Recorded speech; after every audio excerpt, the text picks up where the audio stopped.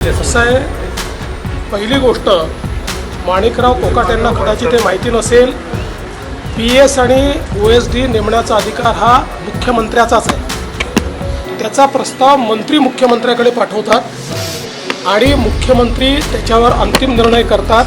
हे काही नव्याने होत नाही। मी कॅबिनेटमध्ये स्पष्टपणे सांगितलं होतं, तुम्हाला पाहिजे ती नावं पाठवा, पण त्या नावांमध्ये ज्यांची नावं फिक्सर म्हणून, ज्यांची नावं चुकीच्या कामामध्ये इन्व्हॉल्ड आहेत, त्यांना मी मान्यता देणार नाही।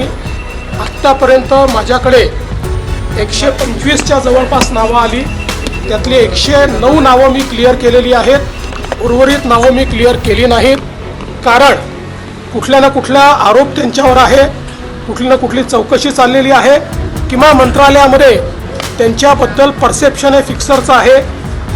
कोणी नाराज झालं तरीही मी अशाला मान्यता देणार। परंतु जे चित्र निर्माण केले जाते की जणू काही सचिन वाजे म्हणजे ओसामा बिन लादेनच आहे, अशा पद्धतीने त्यांना जे काय वाटतंय ते कशासाठी?